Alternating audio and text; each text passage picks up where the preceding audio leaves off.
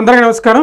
నేను Harish Rangoji. Welcome to crime India TV. జనరల్గా జగన్మోహన్ రెడ్డి గారు ఏదైనా ప్రెస్ మీట్ పెట్టినా లేకపోతే ఏదైనా మైకుల ముందుకు వచ్చి మాట్లాడినా చాలామంది ఏంటి, నేను కూడా నిన్న మొన్నటి వరకు ఒకే సబ్జెక్ట్ ఉన్న వ్యక్తి, లేకుంటే స్క్రిప్ట్ రాసినా కూడా 1-2 సార్లు చెక్ చేసుకుంటాడేమో, లేకపోతే బాగా పరిజ్ఞానంతో కలిగి మాట్లాడుతాడేమో, లేకుంటే ఆ విషయం పైన అవగాహన తెచ్చుకొని మాట్లాడతాడేమో నేను కూడా అనుకుంటుంటే, కానీ ఇప్పుడు జగన్మోహన్ రెడ్డి గారు ఒక ప్రెస్ మీట్ మాట్లాడడం జరిగింది. విశాఖపట్నంలోనే మరో భూమి లూలు గ్రూప్ అంట.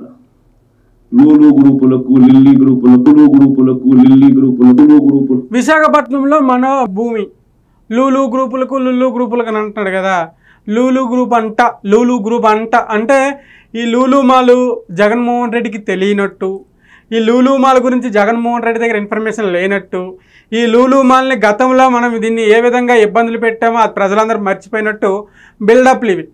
జగన్మోహన్ రెడ్డి గారు లూలు మాల్ని గత 5 సంవత్సరాల్లో మీరు కమిషన్లకి ఆశపడి కమిషన్లు కట్టకపోతే మీరు దాన్ని బయటకు పంపించేసింది వాస్తవం కాదని ప్రజలు అడుగుతున్నారు. మరి దానికి సమాధానం ఎందుకో చెప్పట్లేదు మీరు.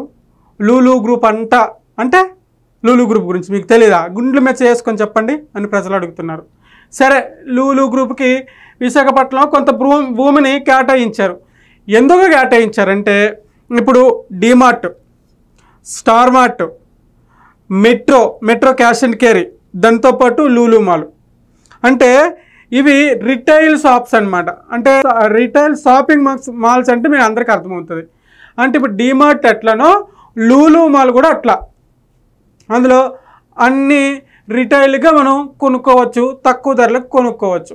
ఇది విశాఖపట్నంలో పెట్టడం వల్ల విశాఖపట్నంకి ఏం లాభము అంటే, విశాఖపట్నంలో చిన్న స్థాయి వ్యాపారులు ఎవరైతే ఉన్నారో, చిన్న స్థాయి ఎవరైతే మీరు గతంలో అసెంబ్లీలో ఎంవీఓలు చెప్పారు కదా, అప్పడాలు, వడియాలు, అరిసెలు, బొబ్బట్లు ఇవన్నీ పెట్టుకోవడానికి, ఇవన్నీ చిన్న స్థాయి వ్యాపారులు ఇవన్నీ పెట్టి అమ్ముకొని సేల్ చేసుకుని అభివృద్ధి చెందడానికి లూలు మాల్ తోడ్పడుతుంది, లూలు మాల్ ఉపయోగపడుతుంది. క్లారిటీ, ఎందుకంటే అదొక retail mall Lulu mall. So ఈ లూలు మాల్ ఒక్క మన దేశంలోనే కాదు, మన రాష్ట్రంలోనే కాదు, యావత్ ప్రపంచంలో అనేక స్టోర్లు ఏర్పాటు చేసుకుంది. చాలా పెద్ద మాలు. జగన్మోహన్ రెడ్డి గారు ఏదో లూలు మార్ట్ అంట అని ఏదో చిన్న షాపు, కిరాణా షాపు తీసేసి పడేసినట్టు పడేస్తున్నాడు. అసలు లూలు మాల్ హిస్టరీ ఏంటో ఒకసారి చూద్దాం, ఆగండి.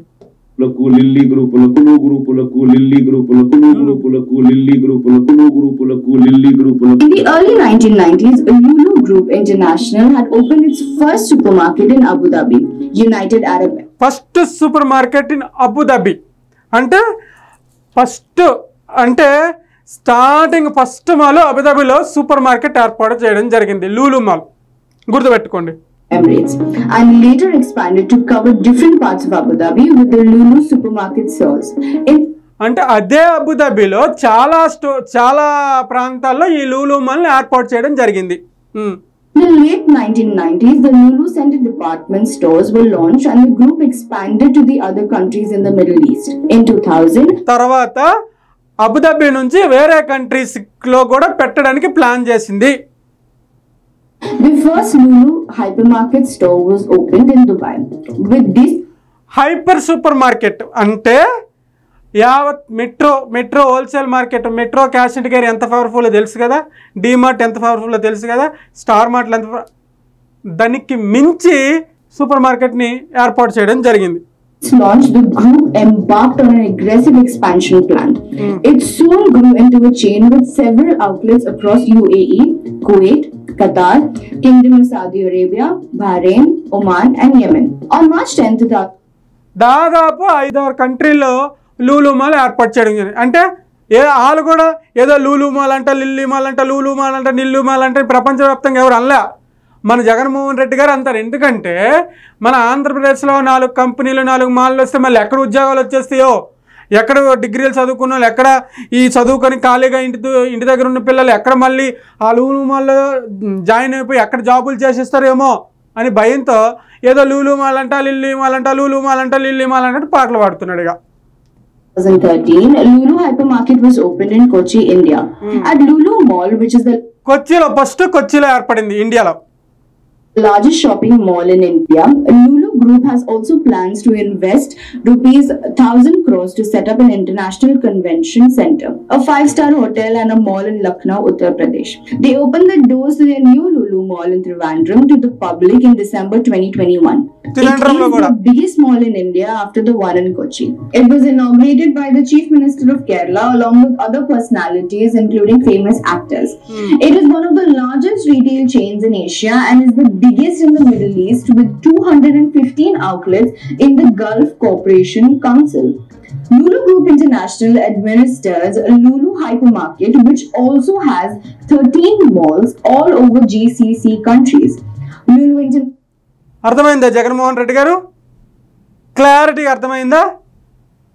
13 కంట్రీస్ 13 దేశాల్లో లూలు మాల్లు ఏర్పాటు చేసుకోవడం జరిగింది. ఏదో లూలు మాల్ అంట, లిల్లీ మాల్ అంట, లూలు మాల్ అంట, లిల్లీ మాల్ అంట అంటే అయిపోదు.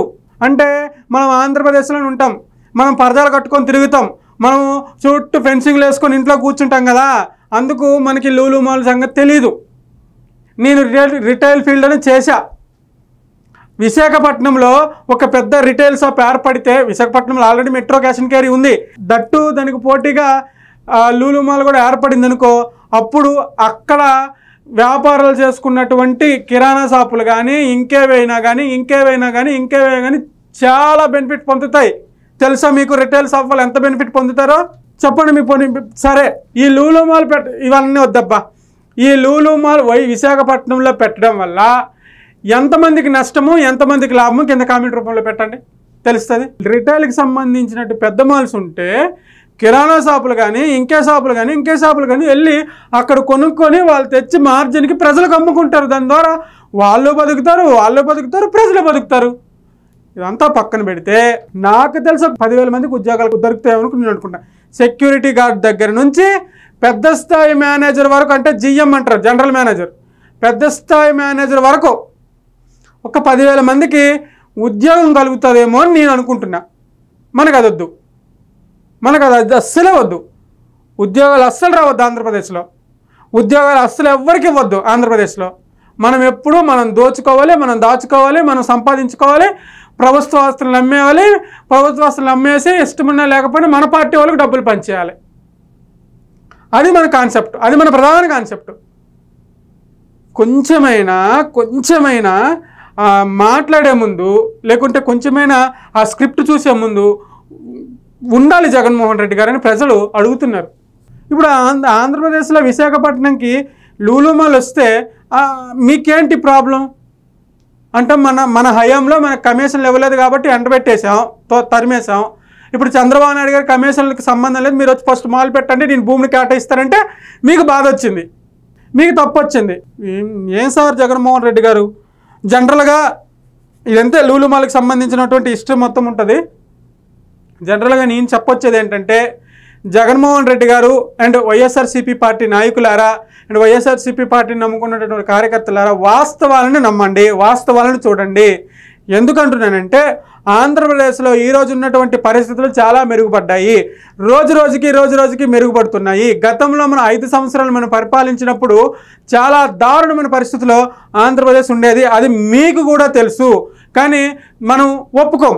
అది పక్కన పెడితే ఆంధ్రప్రదేశ్లో ఇప్పుడు ఎన్ని ఉద్యోగ కల్పనలు జరుగుతున్నాయి, ఎంతమంది ఇతర రాష్ట్రాల్లో నుండి మళ్ళీ ఆంధ్రప్రదేశ్కి వచ్చేస్తున్నారు, ఎంతమంది రైతు అంటే వ్యవసాయాన్ని వదిలేసి హైదరాబాద్లంట, ఇది చెన్నైలంట, ఇంకెక్కడ బతికిన రైతులు మళ్ళీ వచ్చి మేము వ్యవసాయం చేస్తామని చెప్పేసి ఎంతమంది ఆంధ్రప్రదేశ్లోకి మళ్ళీ వ్యవసాయ రంగంలోకి ఎంటర్ అవుతున్నారు, ఎంతమంది ఆంధ్రప్రదేశ్లో ఇన్వెస్ట్మెంట్ పెట్టడానికి బయట కంట్రీస్ నుంచి ప్రవాస విశాఖ అంటే ఆంధ్ర వాళ్ళే ఇతర కంట్రీలో సెటిల్ అయిన వాళ్ళు మేము ఆంధ్రప్రదేశ్లో బిజినెస్ స్టార్ట్ చేస్తామని ఎంతమంది మళ్ళీ ఆంధ్రప్రదేశ్లో బిజినెస్ కోసం ఇన్వెస్ట్మెంట్లు రెడీ చేసుకుంటున్నారు. ఇవన్నీ ఒక్కసారి తెలుసుకోండి. తెలుసుకుంటే మీకే క్లారిటీగా అర్థం. మీకు ఆల్రెడీ తెలిసి ఉంటుంది, తెలిసి మీకు ఇబ్బందికరంగా ఉన్నవి లేనివి మాట్లాడుతున్నారని ప్రజలు అనుకుంటున్నారు. సో నేను క్లారిటీగా చెప్పొచ్చేది ఏంటంటే, మనం మాట్లాడేటప్పుడు ఖచ్చితంగా 1-2 సార్లు చూసి మాట్లాడుకోవాలి, వాస్తవాలు మాట్లాడాలి. లేకుంటే వచ్చే ఎన్నికల్లో కూడా ప్రజలు మనకి నమ్మడం చాలా కష్టమవుతుందని నా అభిప్రాయము. వింటే మీ ఇష్టం, వినకపోతే మీ కర్మ. ఇంత నా వీడియో. ఈ వీడియో మీద లూలు మాల్ మీద మీకున్న అభిప్రాయాల కింద కామెంట్ రూపంలో తెలియజేయండి. Thank you.